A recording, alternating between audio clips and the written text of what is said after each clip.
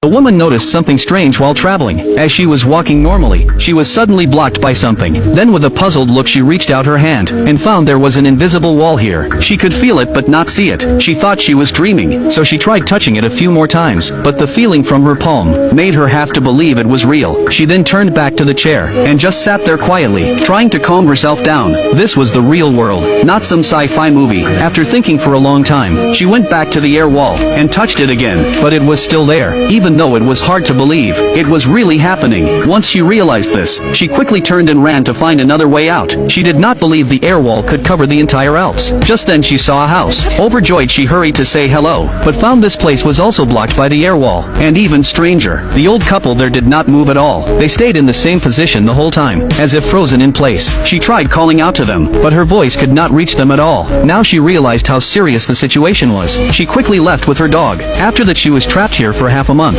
She came to check every day to see if the wall was still there, but the result was always the same. It was like an invisible prison, trapping her in the Alps. And that old couple stayed in the same position the whole time, without any change. If time had stopped, why could water still flow from the faucet next to them, and the wind still blow through the leaves? She did not know what it meant. That night, just as she was about to sleep, a strange noise suddenly came from outside. Could there be someone else trapped here? She did not know if that was good news, or bad news, but more than meeting a bad person, she feared being alone. After thinking for a moment, she still walked to the door with a bit of excitement, but the moment the door opened, she hit the air wall directly. She did not expect the wall could shrink. Now it was at her doorstep. She screamed in fear. It turned out to be just a dream. Even so, she still felt worried, and went to the door, touching forward with fear. Luckily it really was just a dream. Then she suddenly thought, maybe the wall could be broken with force, so she drove her car over. After preparing herself, she sped straight at the air wall. She floored the gas pedal, but even when the car was almost falling apart, the wall did not move at all. Seeing this, she fell into complete despair. Would she be trapped here for the rest of her life? She did not know,